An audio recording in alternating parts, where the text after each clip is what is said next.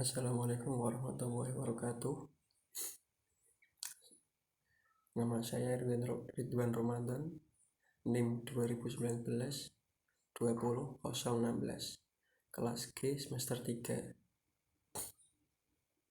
Saya di sini mau menerangkan tentang perlindungan modal dan kekayaan. Di sini perseroan dapat membeli kembali saham yang telah dikeluarkan dengan ketentuan 1.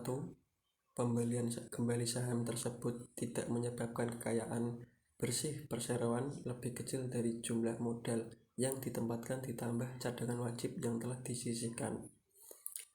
Untuk yang nomor 2, jumlah nilai nominal seluruh saham yang telah dibeli kembali oleh perseroan dan gadai saham atau jaminan fidusia atas saham yang dipegang perseroan sendiri dan atau perseroan lain yang sahamnya secara langsung atau tidak langsung dimiliki oleh perseroan tidak melebihi 10% dari jumlah modal yang ditempatkan dalam perseroan. Tentang ini diatur dalam pasal 37 ayat 1 UU PT 40/2007. Selanjutnya saya mau menerangkan konsekuensi hukum pelanggaran pembelian saham kembali.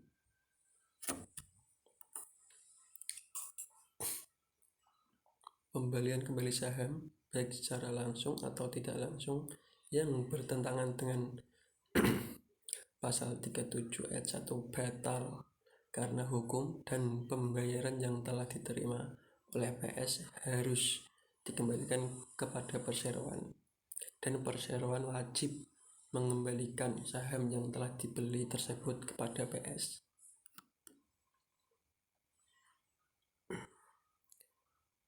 Direksi secara tanggung renteng bertanggung jawab atas semua kerugian yang diderita PS yang beritikat baik akibat batal karena hukum tersebut diatur dalam pasal 37 ayat 3 UU PT 40/2007.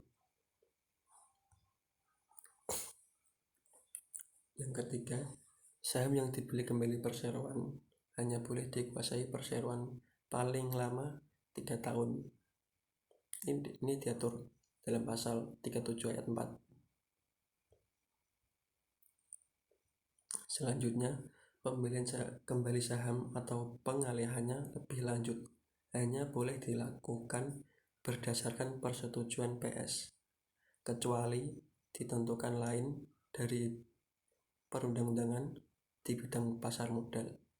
Ini diatur dalam pasal 38 ayat 1 UU PT. Selanjutnya ini lanjutan yang tadi. Saham yang dikuasai perseroan karena pembelian kembali, peralihan karena hukum, hibah atau hibah wasiat tidak dapat digunakan untuk mengeluarkan suara RUPS dan tidak diperhitungkan dalam menentukan jumlah quorum yang harus dicapai sesuai dengan ketentuan UU PT dan atau anggaran dasar. Ini diatur dalam pasal 40 ayat 1 UU PT. Selanjutnya, saham yang dikuasai perseroan tidak berhak mendapat dividen.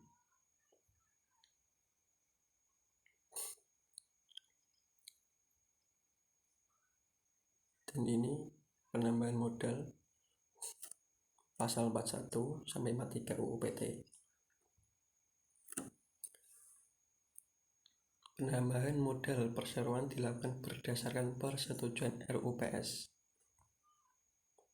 Keputusan RUPS untuk penambahan modal dasar adalah sah apabila dilakukan dengan memperhatikan persyaratan quorum dan jumlah suara setuju untuk perubahan anggaran dasar sesuai dengan ketentuan dalam UU ini atau anggaran dasar.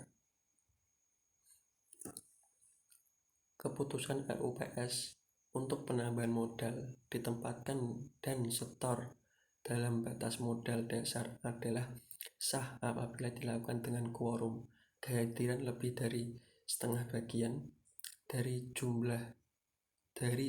seluruh jumlah saham dengan hak suara dan disetujui lebih dari setengah bagian dari jumlah seluruh suara yang dikeluarkan, kecuali ditentukan lebih besar dari anggaran dasar.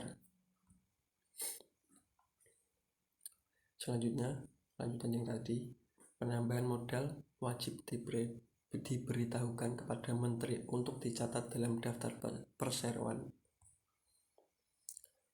Seluruh saham yang dikeluarkan untuk penambahan modal harus terlebih dahulu ditawarkan kepada setiap pemegang saham seimbang dengan kepemilikan saham untuk klasifikasi saham yang sama.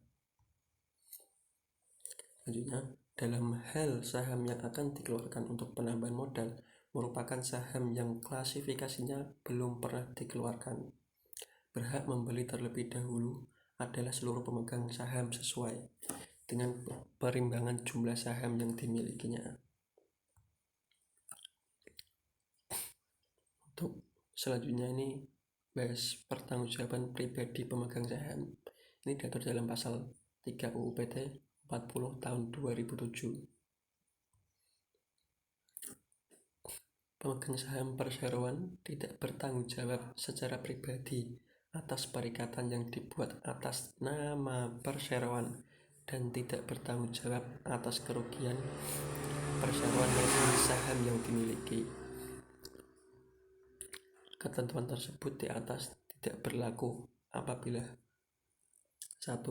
Persyaratan perseroan sebagai badan hukum belum atau tidak terpenuhinya. 2. Pemegang saham yang bersangkutan baik langsung maupun tidak langsung dengan itikat buruk memanfaatkan perseroan untuk kepentingan pribadi. Yang ketiga, pemegang saham yang bersangkutan terlibat dalam perbuatan melawan hukum yang dilakukan oleh perseroan. Yang keempat, pemegang saham yang bersangkutan baik langsung atau tidak langsung secara melawan hukum menggunakan kekayaan perseroan yang mengakibatkan kekayaan perseroan menjadi tidak cukup untuk melunasi utang perseroan. Ini tentang saham. Saham perseroan dikeluarkan atas nama pemiliknya. Persyaratan kepemilikan saham dapat ditetapkan dalam anggaran dasar dengan memperhatikan persyaratan yang ditetapkan oleh instansi yang berwenang sesuai dengan ketentuan peraturan perundang-undangan. Selanjutnya, dalam hal persyaratan kepemilikan saham sebagaimana telah ditetapkan dan tidak dipenuhi, pihak yang memperoleh kepemilikan saham tersebut tidak dapat menjalankan hak selaku pemegang saham dan saham tersebut tidak diperhitungkan dalam quorum yang harus dicapai sesuai dengan ketentuan undang-undang atau anggaran dasar.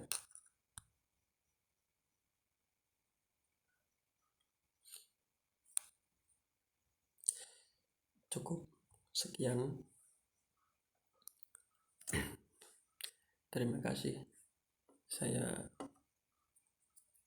Ridwan Ramadan. Assalamualaikum warahmatullahi wabarakatuh.